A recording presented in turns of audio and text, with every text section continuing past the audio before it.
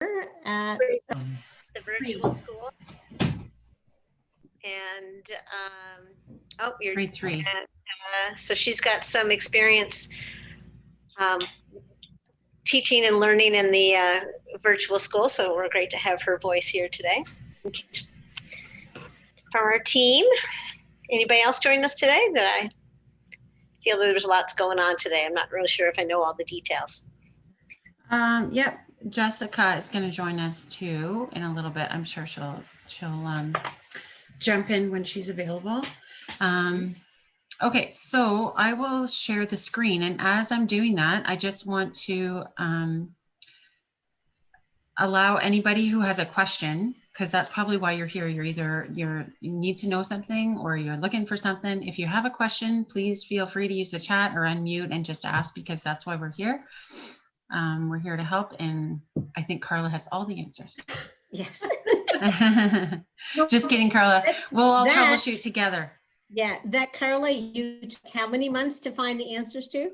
Yeah, lots of months. It will not be happening. Right. So anything Carla says today is telling us it is possible when we have time. So that's probably maybe our most important message. A big take home from this. Yeah, go slow so you can go far. Okay, hang on, I gotta backtrack. Okay. Looking good, Kate.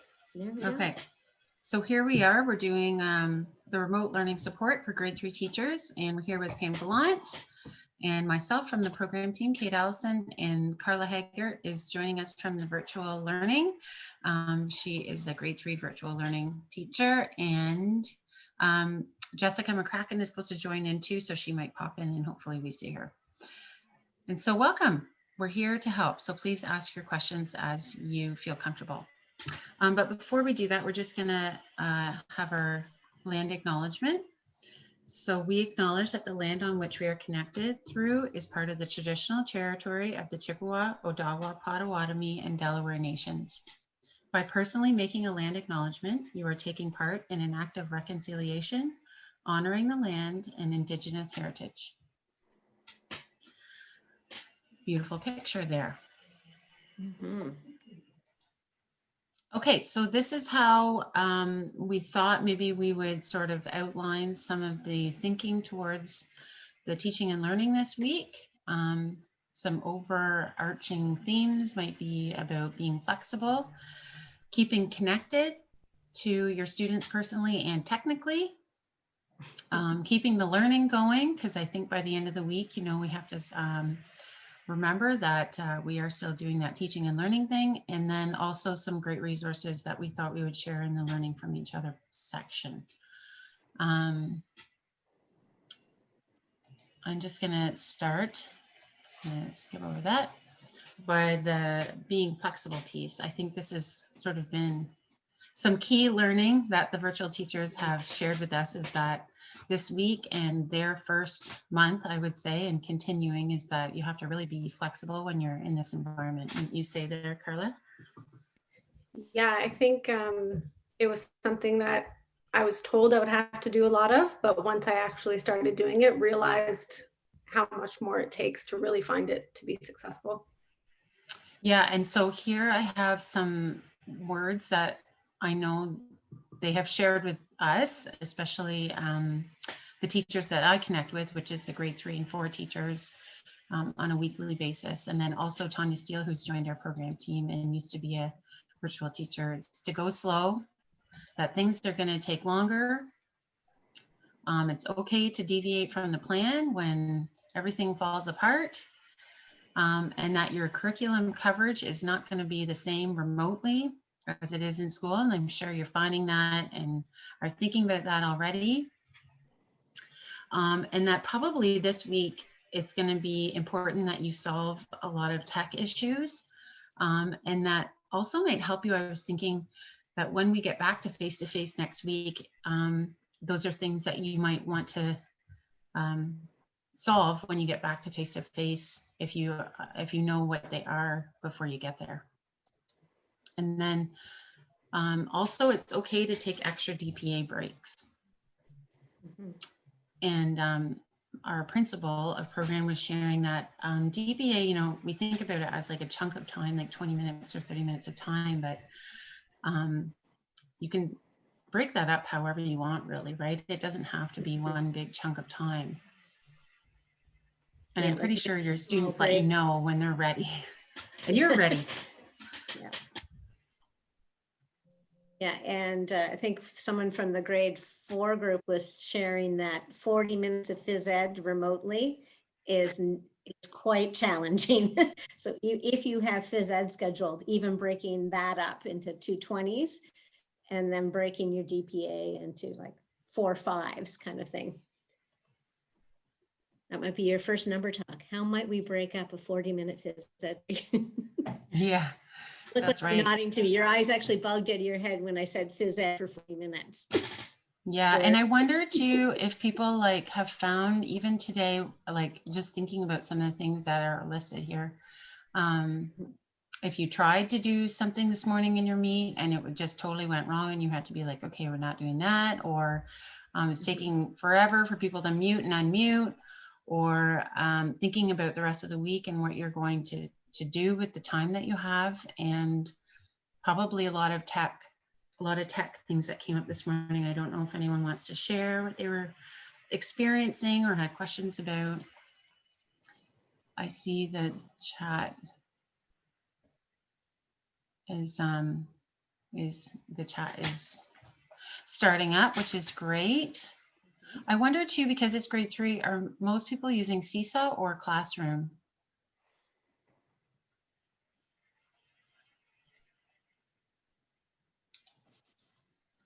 This is the quietest meeting I've ever been a part of. Since Yeah.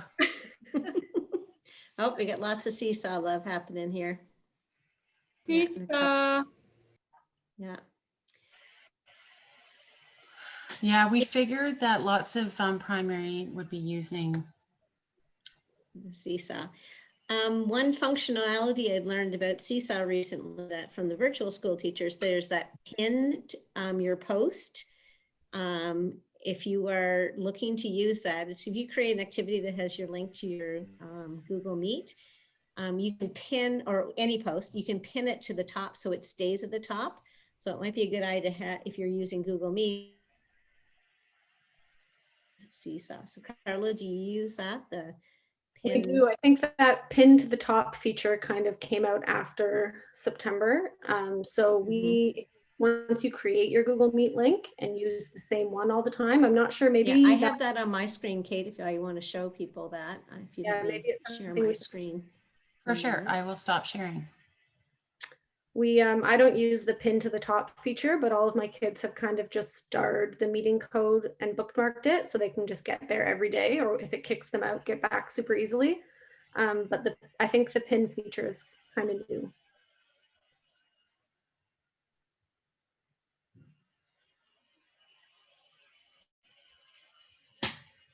Pam, are you able to share? I think she's frozen. Oh, I can't see her. She might be.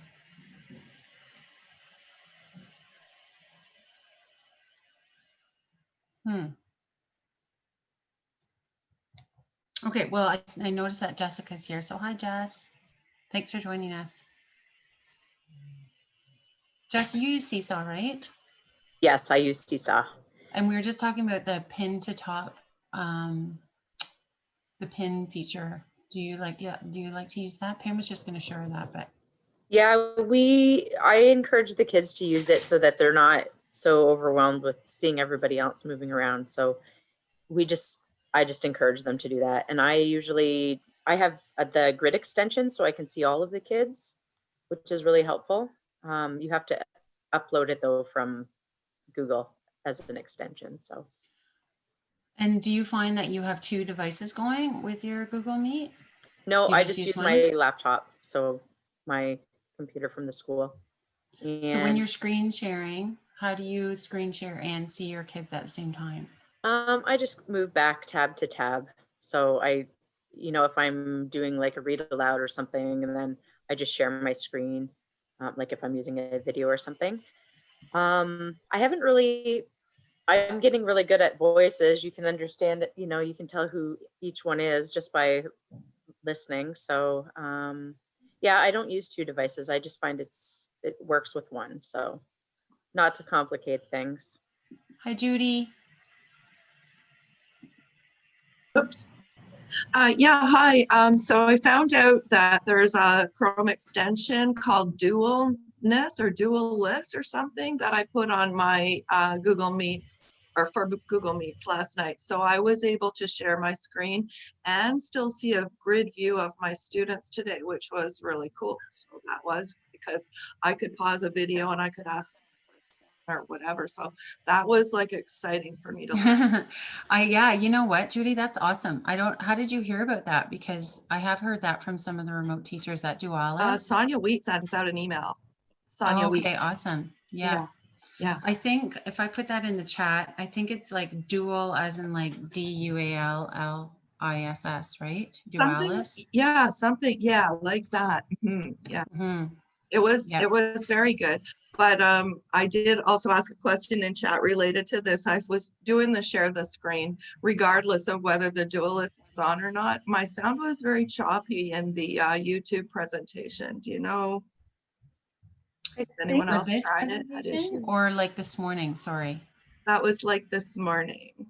so. I think it might be because, like, I'm not sure how fast your internet is at home, but I had this issue before because my internet was trying to stream this video of 28 kids plus show a streamed video. So I Yeah. found if you like kind of buffered your YouTube video first and let it load all the way, and Oh, okay. when it played back, it wasn't trying to upload both at once.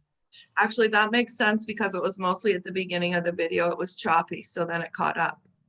Okay, thanks. Carla, you use 2 devices, right? I do use 2 devices, yeah. But I think just because I have them, I mean, if you only have 1 device, I think that dual-less extension works just as well. I just happen to have 2 devices, so I use both. But if you do have 2 devices and you're at home, I use like my laptop and my iPad. And so I find I leave the grid view up on my laptop so I can see all my kids at once on the grid. And then I present from my iPad so I can see in the little corner everything I'm presenting. And then all of my kids show up around the presenting, which is helpful because when I'm teaching, they can raise their hand and I can see them and their facial expressions as I'm teaching. So what you're saying is that you log into your Google Meet twice, twice from both devices. Mm-hmm. And then you share your screen and then you still see what like all the kids. Yeah. And so what is like the muting and volume? Like if you have 2, like I know if I have 2 people on one thing, it's like, rah, rah, rah. Yeah. So I keep my volume on my laptop and I keep the microphone on there and the volume on there so I can hear everything. And then I mute my microphone from my iPad and I turn the volume all the way down so there's no feedback. And it seems to work pretty well. Okay, so one completely sound off and one all like normal, like you only have that one. Yeah. Okay, excellent. I guess for you, because you use Bluetooth AirPods, you have to make sure they're connected to the device that has the sound. Yeah, so it connects to my MacBook, which is nice, but you can do it the opposite way too. I'm just catching up with a little bit of the chat. I see Pam's back. Hi, Pam. Yeah, I think I had a brown out here. My light's even dim. So Allison was saying, where can I find some support in using Google features? I don't know how to share my screen with the kids. Okay, so yeah, I see somebody asking there about the extension. The grid in Google now is standard, right? So if you've been using the Google extension, you might want to take that extension off because they might be fighting with each other. They do. Yeah. So I'm going to recap what that means. So Google had it, we wanted the grid function, so somebody invented the extension, so let plug in. And then they embedded it into the regular Google, so made it better. So if that extension's still plugged in, it's fighting. So yeah. So on the top of my screen, can you see my screen here? yeah. Okay, so this little green grid at the top here, that is the grid view extension. that I downloaded before. It's the Fix extension before, so that you can see how it's tiled. That shows you that that everyone will be tiled. But if I open this Meet, I'll just go ahead and open this Meet. Just a few.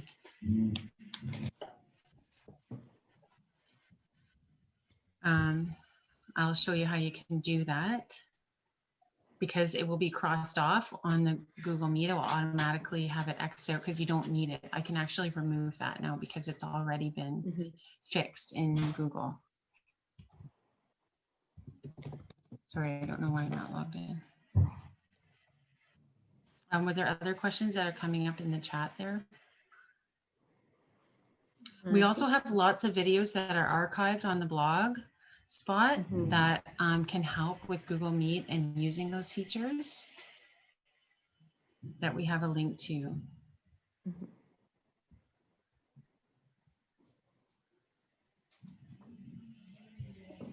May I just share that if you have Google extension, it always defaults to 16 kids. Sometimes you have to go into your view and update it to 30 so that you can see all of your whole class. I think you might have up to 49 now. Yeah, So however many you want to do, but it always defaults to 16, so I have to go in and change it. Okay. So of my kids, just when you go into change layout. Yeah. Yeah, if my screen never catches up. Thanks, Teresa. Yeah. Yeah. So, but once you do have that Google Meet, some like our little people in grade 3, having them find access to that Google Meet piece is part of the challenge too. So if those Seesaw people, I'm sure you're sharing it on your Seesaw account. So that's a good pathway. So, and if you're using Google Classroom, you'll be able to share it there as well. We're all tired, Kate. Everybody's I think that yeah, even my computer is a little bit tired today. It hasn't worked like this for a while. I will try and get that up, and then when I have it up, I'll screen share again. Yeah. Um, Talking about that grid view, Carla, do you find it's a difference when kids, you can see their faces compared to when they're not showing the camera? Like, what's that dynamic like? Yeah, especially because I don't think we've talked about this yet either, but a really important feature for your kids is having them muted the entire time you're teaching. Otherwise, you can hear all the background noise and everything. So when your kids are all muted, if you can't see them on grid view and you're just teaching and you can't see their faces, it's just like kind of, you rely so much on seeing their expressions while you're teaching to see if they understand and are following your lesson. So sometimes I'm teaching and then I look at my screen and these kids are like making these faces at me like they have no idea what's going on. So it's helpful to know when to stop. And if you need to review something that you've said. I'm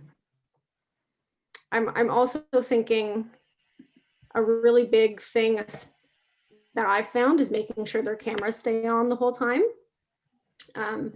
And so I like to have them all in the grid view because instead of using that raise hand feature, I just have them raise their hand like they're in a classroom. So having that grid and being able to see them all at once makes it as personable as it can too, and helps a lot with the connection that you want to maintain with your kids all week. Yeah, it's a nice, and I'm experiencing that right now. Like I can tell Jess is nodding along with you. Yeah. You have your own stories and perspectives to share too, I'm sure. Yeah. well, and I think this week is a great opportunity just to get everybody familiar with the features of Google Meet, because you can spend a lot of time waiting for kids to mute and unmute, right? Because they aren't toggling in the right area or they're not quick enough. I see that somebody just asked actually in the chat box if you can mute them yourself. And you can't unmute them, but you can go in and mute them one at a time. So I wonder if because for whatever reason, my Meet isn't showing up. I wonder if Carla, you want to share the screen, and if you have a Meet, would you be able to do that maybe? Yep. Just because I have so many things happening on my computer right now. Because then you can show the layout. I have one ready to go. I have one ready to go here to show you that Seesaw pin thing too. So Pam, I don't want you to leave again. I know. Let me just, We're living up to our be flexible. Go slow. go You're slow. gonna have Everything- issues.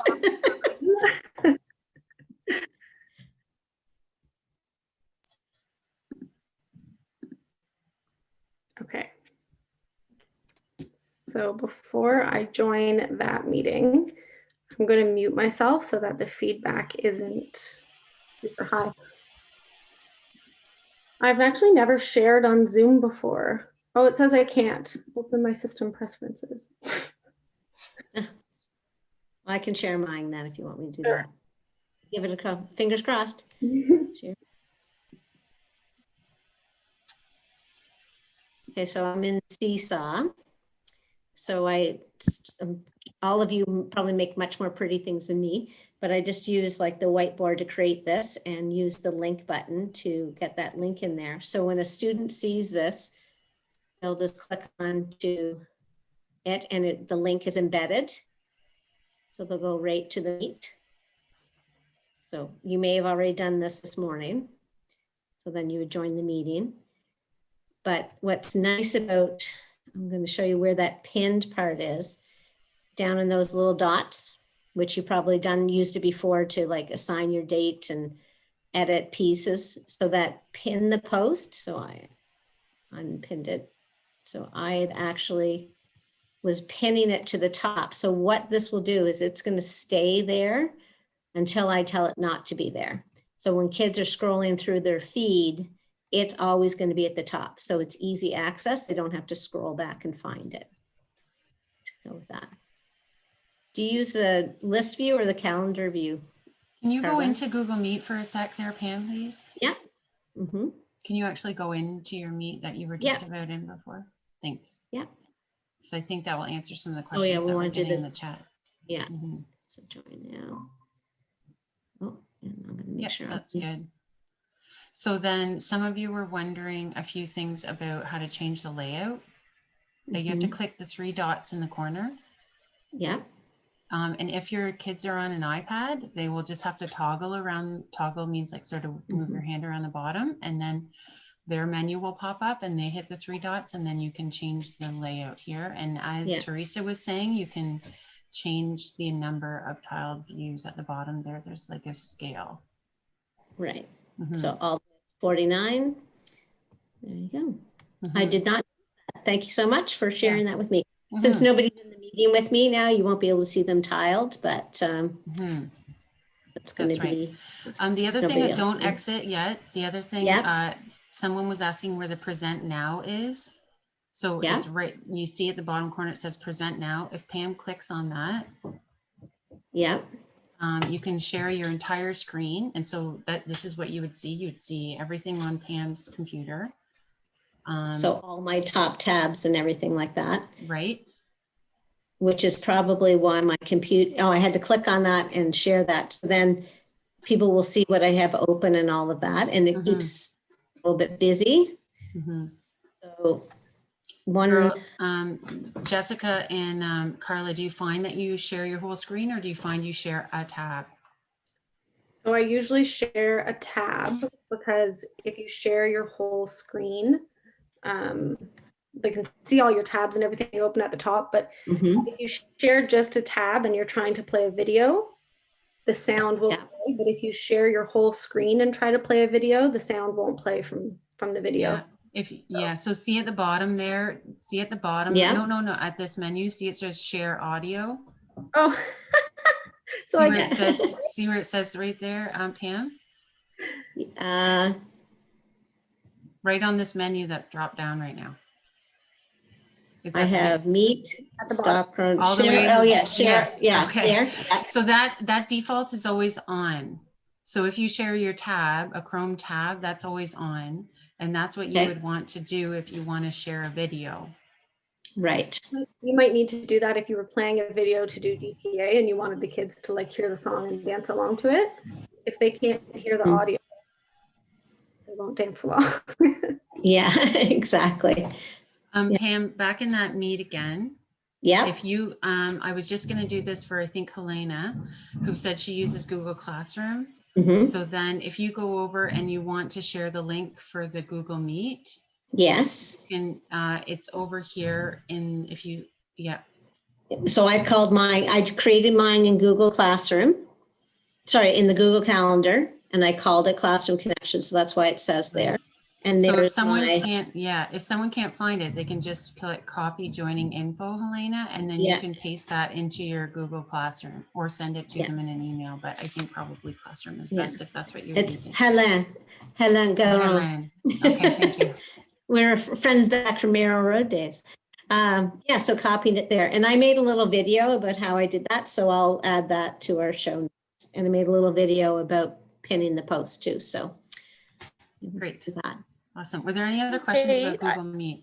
Yeah, Kate, I just wanted to share something about sure. when you're sharing a video. So you share your tab, you share your video, say it's Go Noodle or, you know, something for DPA.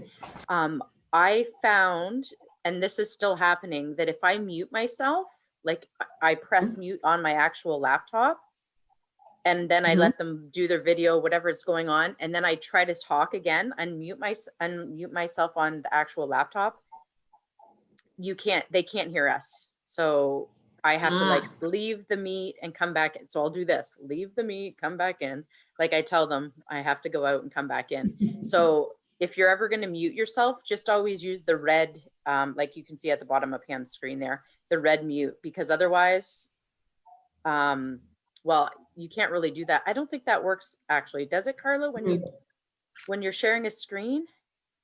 I haven't really figured that out. So that's kind of a glitchy thing with the Google Meet, that if they're dancing and whatever, you're just not talking, I guess. Right. So that's one of the glitchy things that I've found, that every time I do it and I'm like, oh, why did I do that? Because now I'm going to have to get back out and come back in. So that's Sounds like a perfect opportunity to schedule let's all take a break away from the screen.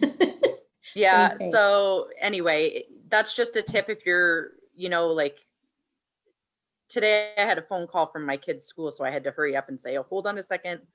And I muted myself. Well, then when I got back on, they're like, we can't hear you, Mrs. McCracken. And I was like, okay, I'm going out and coming back in.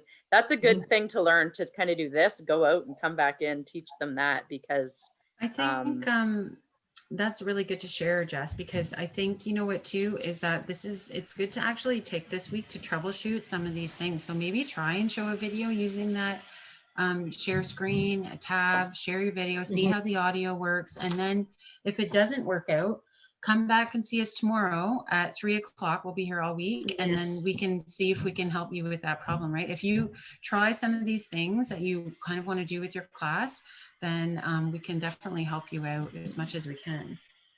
I also think too, like in reading, we have to read graphic texts. This is just a different version of a graphic text, right? Like, what do the symbols mean? Let's do a walk around the screen. Like that could be a great literacy lesson. You know, what happens when we do this and that? Ask questions. You know, kids can throw a challenge out, saying like, we want everybody to be able to minimize their screen and come back up. You know, those kind of things might be just ways to build confidence for students too. Yeah, definitely. I'm sure kids lose the tab, right? And then they can hear the meet, but they don't know how to see everybody again. Someone who Lindsay was sharing, she's another virtual teacher in our grade 4 session, that in her first week, she had everybody share their screen so that they learned how to share their screen. And then if they had to go find some work, that she would have someone share their screen to walk through the process of, so it wasn't always her sharing. They got used to actually doing that. And then troubleshooting, you know, she could be like, nope, touch over here and scroll down. So that's helpful too, to have the kids be able to share their screen so that you can help them. Oh, there's a good question in the chat here that says, will that joining video link in the Meet allow kids into the meeting without having to be allowed in? I know when I share the link code in Seesaw, kids don't come in automatically. I think what happens is if you're using your LKDSB email, you're let in automatically. Is that right? But if you're using like a parent's Gmail account or something, the host will have to approve them to let them in the meeting. what I did when I made my Google Meet was that I added all the kids' emails so that they're in there, and then that way they just go right in. I never have to admit anyone. But for example, if we have like a guest, like when Kate came into my class before the holidays to do some number talks, I had to send her an email too, and I just added her email to that. Could I ask So- about that? Because that was my question. Not all my kids are that Google Mail savvy. Some of them are, some of them aren't. So I have sent them all the email. A few of them have used it and have come in automatically. But is there a way to get that automaticity into a link on Seesaw? Because I know if I was using Google Classroom, it would be automatic. Right. I don't think so. I think it's the security of what like the Google Education is all about. So when it's a lkdsb.com account, we know it's a student trying to come in, and then it's automatic. This is like a security piece. And if so it is kind of like I was watching a video the other day about it, and they called it, it's like people have to knock on the door. They can't just barge right into your house. So it's just like a little knock, and you have to answer the door and let them in. I have a few students that they are logged in on like mom's iPad or dad's work computer or something. And I recognize those emails sometimes, and I'll admit them, but I've gotten into the habit of saying you have to be on your school email. You have to be on your school account, because when I'm sharing any slides or docs or Jamboards, they can't get in unless they're on that email anyway. So right. we just get into the habit of that always use your LKDSB email. So they've gotten used to that. So Vicky, do some of your kids know their email, but maybe not their password?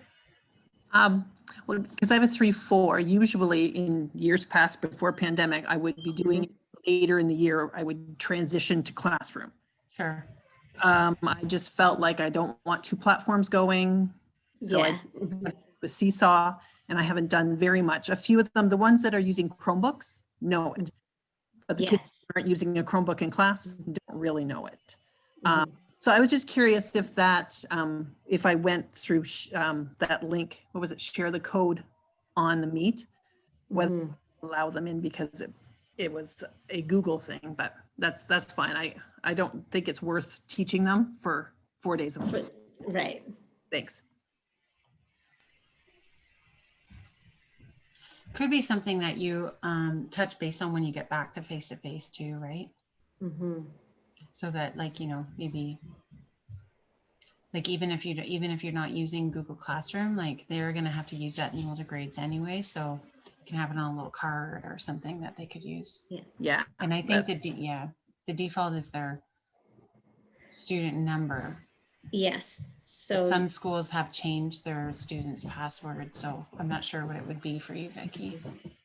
Yeah, and I know them. Yeah, some of them are 1, 2, 3, 4, and some of them are there. Oh, okay, yeah, Okay. yeah. Depending on who their prior teacher have been. So yeah, I can share that with them. It's just some of them don't know how to do it, and I don't want to put more on the parents, right? Yeah. Yeah, for sure. I saw somebody else ask what's the easiest way for them to ensure they're on their LKDSB account. I think if you just look at the icon in your top Google corner, it would tell you pretty easily. But I still have some kids in my class who have been doing this for 5 months, and they still use their parents' Gmail account because they don't memorize their student number, or they just can't figure it out, or their parents' email defaults on there. And it's really not been an issue. Like I have to them every time they come in, but oh well. I wouldn't bother going to like find these emails and send their passwords and set everything up and get all the apps to do this for as long as maybe a week, hopefully. Especially, Judy, because I think their passwords are their individual student numbers. So it's like a customized 9-digit number. They're not going to remember it for 4 days.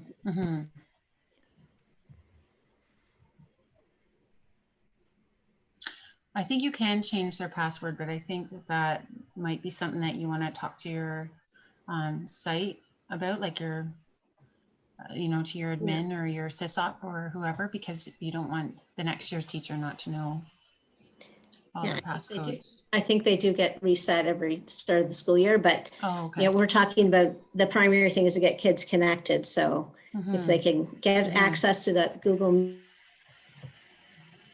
I'm gonna screen share again to get back to our slides just to see where we're at. I think we've covered a lot that we sort of thought we might, but just in case. Talked about building an online community. I think we've sort of covered a few things there if anyone wants to add anything. You know, just getting kids connected and some tech issues, playing around with the features, that kind of stuff. Oh, this was interesting. I think from what I can see in the virtual, like you kind of have to know what the kids are on because things look different for each type of device, right? And there was a bunch of troubleshooting there, I remember at the beginning in September, because kids weren't sure how to access things when you sent it out. Is that still the case, or you guys kind of know what everybody has and you're sort of aware of how that looks, or? Yeah, I know with iPads, if they're on Seesaw, it shuts their camera off. So I'll know if they're looking on Seesaw or something else. Well, you mean going between tabs, yeah. Yeah, mostly, most of mine have like a laptop or an iPad. That's basically. Not really. I think I have one that's on a tablet, like a Samsung. So it's a little different, but they've just gotten so used to knowing how to figure it out. They're pretty resilient and they can figure it out quickly. And I feel like they're all comfortable using the devices they have at home, whatever it is. So usually they can kind of fumble through stuff easier than I would explain it, not knowing how to use things. Sure. In our other discussion, we were taught, so this is a forms example that someone had put together. I think this was it here. Oh no, that was something else, about gathering information from parents. I'm not sure. I mean, you can probably do that if we were going to extend past this week, but just making sure everyone has a device is probably the priority this week. We were talking about the app catalog and how that is not always the same. So for instance, like if you wanted to do something on Jamboard, some iPads don't have Jamboard, and downloading that, and if it's available on the app catalog. So just making sure that the kids have access to stuff that you're sending out to them and want them to work on is probably something that you could troubleshoot this week. I would suggest using as little like different apps as you can, because I mean, it's even taken us 4 months to get everybody used to using Slides or Docs or Jamboard. So if you're gonna want to send out activities, I'd say Slides would be easiest, and then they can download Slides on their iPad. But yeah, try not to use too many different apps because it's only going to be for 4 days. So that's my suggestion, unless we go further. Advice. But like my kids are finally just getting used to Jamboards, and you know, like you don't want to overwhelm them with too many different things, and it's a lot to download on an iPad. Because I even know at the beginning, some of the parents were like, oh, we don't have that. And so it'd take them a couple days to get it. So just think about that when you're planning, just for simplicity sake, because otherwise it's going to be too many things new for them, unless they've already been using it in your class, of course. But and for yourself too, I wouldn't go learning 5 new apps so you can use them all once this week. I would use like whatever you're comfortable with to keep it easy for you and for your kids, and just build off what you already know and what your kids are already connected to. Yeah, that kind of leads right into this slide about keeping activities simple, because they take way longer than you anticipate. You know, just navigating between the chat and coming back and unmuting, and someone was sharing even just doing a number talk, like that's going to take 30 minutes. And then if you ask them to go do a Seesaw activity after that, like that's an entire hour, and then you're on lunch or something, right? Like, so it definitely takes a little bit longer to do stuff. So I think that's great advice, girls. Because I think even though the Seesaw,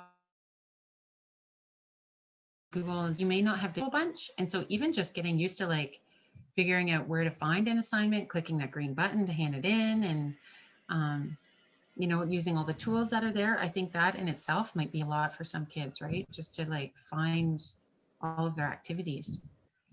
Yeah, and there's a lot of really good pre-made activities on there. So if you are just starting Seesaw activities in the home learning, I would probably look through the library of things available before you had to go start making your own activities, and save yourself some time that could be better allocated somewhere else. I'm sure you'll have lots of other things to learn this week.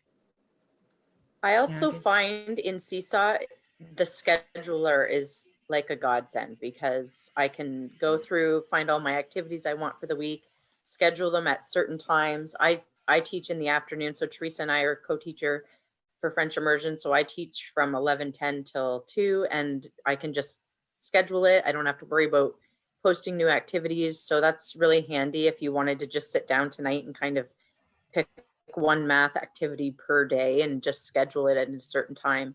I find it's such a time saver for sure. And if you Awesome. don't schedule them, you'll have some quick learners who go on and do them all before you even explain them. Before the lesson's been taught. Yes. Yeah, we have a couple. We know who we're talking about, Teresa, but yeah, we have a couple that I'll be like, oh, I'm still doing the lesson. And then I can see they've already turned it in. I'm like, okay, you're not even listening to the lesson. So we got smart and we just schedule it at a certain time. But like a major point is everything takes, I don't want to say double the time that you usually would take in a class, but I feel like that might be accurate. Like don't worry about filling your day, because it takes so much longer to do everything online. And like today they were excited about their holiday and they wanted to chat, and it's just, yeah. When Lower you your said expectations. the kids that go in there and get all the work done ahead of time, there's about 20 of us in the group here today on this Zoom call. I would say about 15 of us were those kids. Teacher You're probably right, pleasers, Pam. get in there. It's posted. I need to do it. Mhm. Raise your hand. I was just going to share, this was just a sample daily plan that Tanya Steele on our team made. She was a grade 2 teacher virtual and just joined our program team a couple weeks ago. So, and she allotted like 30 minutes just for her morning meeting and attendance, right? And so that was probably including like her O Canada, maybe some announcements, and just making sure everyone's getting on, right? So that will probably even be longer for us this week, whose kids aren't really, you know, on it. And then like a little bit of literacy, and then their time is a little bit different because they have a break, a lunch and a break, and we know that ours is more balanced day, but you can see how quickly the day can go by. There was another sample that she put on here, fitting in like some breaks as you see fit. That might be good for like a video. She's got some built-in prep time that you might have as well. I did find that when I was with the remote teachers that the days would fly by, and you know, like a lesson that I had planned that I thought would go for so long was, I only got through like a quarter of it, right?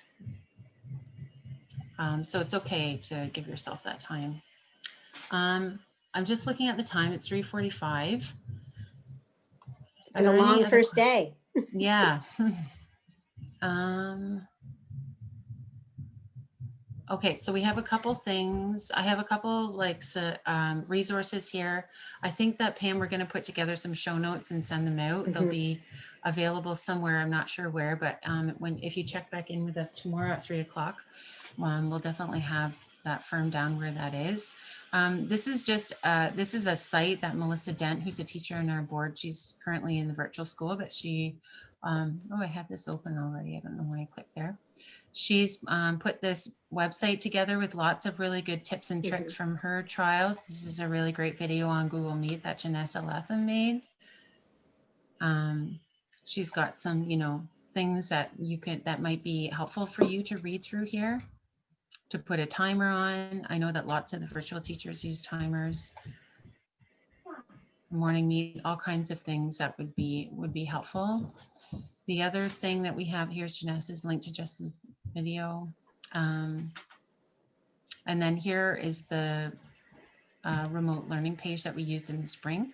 And there's lots of resources on that too. And if you want some more information on Google Meet or Google or Seesaw or anything like that, we do have all that archive stuff from the spring, which is helpful. So you can view those sessions down there if you're wanting to know a little bit more about that. Yeah, all the videos are still here and they're really great to watch. So you can have a look through there if you're looking to upgrade your skills. And then these actual sessions are going to be posted on the blog later. So this session will be available later. So if you know any of your colleagues that you think I don't know if it's going to be recorded or not because I got kicked out so many times. So we might be lost. Maybe not this exact session, but yes, tomorrow's will be. Tomorrow's will be. Because we have to be flexible and we'll have tech issues. That's right. That is my word of the year. I told all the parents at the beginning when we did all the phone calls, flexibility, and it has absolutely been the word of the year. You have to be flexible for sure. Yeah, exactly. And then there was also some videos made for the virtual learning teachers to help parents sort of understand the platforms. So if you have some parents who are not sure how to use Seesaw or not sure how to use Google, then we have ready-made videos that they can be sent to parents that the virtual school used for when they first started up. And then those were our schedules. And then this was just sort of our end thing. And if you have any questions, please email me. Or if you would like to email Pam, I didn't add her in here because this was for both grade 3 and 4. So I didn't want to inundate her with a ton of emails. And if there's any more questions or advice, now is the time to share. There's one in the chat box that says, has there been any discussion around the fact that learning is only 225 minutes? Do we end the day earlier? Great question. So yes, is essentially, that's like. Yeah, it's 225 minutes of synchronous learning time. So that means students have access to you. So you're direct teaching, or you could give it like a little mini lesson in writing that takes 10 minutes. And then you say, go away and write for 20 minutes and then come back and we'll share our little, sentences we wrote. So that might be 40 minutes, but you would, and that's synchronous because you've led the instruction. Students have contact with you because the Google Meet's still up and running, but they're not on face-to-face you giving instruction for 40 minutes. It's really only 20 minutes of instruction and 20 minutes go away time. So there's 225 minutes of that throughout the day, and then 75 minutes of asynchronous time where you're unplugged, they're not connected with you. Is that right, Kate? I think yeah, I'm getting it so down my understanding is that you are available. You're available live for them for 225 minutes. So like you said, you can teach a little lesson just like in the class, and then they go and do your work and you might be checking in on them, or they might say, hey, Miss Gallant, like I don't know, I don't understand question number 3. And then you can unmute and say, okay, let's work through it together, or however you want to do that. And then you take your allotted break times at your school. And then your prep teacher comes in for their break time up to 75 minutes. And then the async time is when the kids are working on stuff that you've assigned that they might not have been completed. And that synchronous time could be peppered throughout the day. It happens to be at the end of the day at the virtual school because of how their school is structured. So, but as face-to-face schools, you're honoring the schedule you already have. And so if someone has prep coverage at the end of the day, their students would be with their French teacher at the end of the day. So that still has to happen. So clarity should come from your principal on that though. Like we're just trying to muddle through this as well. Yeah, so the day still ends at the same time, Linda. Yeah. Yeah. Just not the synchronous time. So the kids it could be synchronous. Some schools, Sure. teachers may have synchronous at the end of the day and have asynchronous built in peppered throughout the day. So it's just about how you design for the next 4 weeks. 4 weeks, whoops, 4 days. Whoops, 4 days. Give some people some heart attacks here, Pam. I know. Gave myself one too. Yeah. Don't say 4 weeks. Yeah, no. I will not. I'll take it back. I'm glad this isn't recorded. That's 4 a great days. question, though. Lots of people are wondering that synchronous time.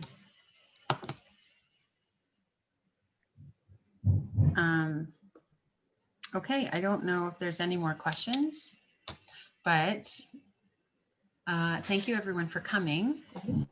Please reach out to us if you have anything else, or meet with us back here tomorrow. Tell your friends if they're in the same kind of stance as you are and want to know more, or have some questions, or just want to connect. They're certainly welcome to come. Yeah. And we will figure out where all those show notes are going to be. If you have any questions or wonderings, like, throw them to us early in an email during the day, and we can do some thinking about it and maybe have answers by the end of the day. If not, we'll have them for the next day. Mm-hmm. That helps us kind of prepare and see what you guys need, right? So, because we want to be responsive to what's needed out there. I lost your sound on you, Kate. I didn't. Oh. It's Pam. She's in her brownout again. Okay. Thanks, everybody. Take care. Sorry, guys, my tech was so disruptive. It wasn't that bad for me, except for when you left. Okay. I think this was helpful. Yeah, it's my internet was not happy with connecting. I know. So. I thought the internet at school was slow until I got home, and then I realized my home internet is slow. Well, this is Rob. As you'd appreciate, I've got other meetings that are synchronously grabbing bandwidth. So I'm going to close this meeting and send you guys off to supper. We'll see you tomorrow, okay? Yeah, see you. Thank you.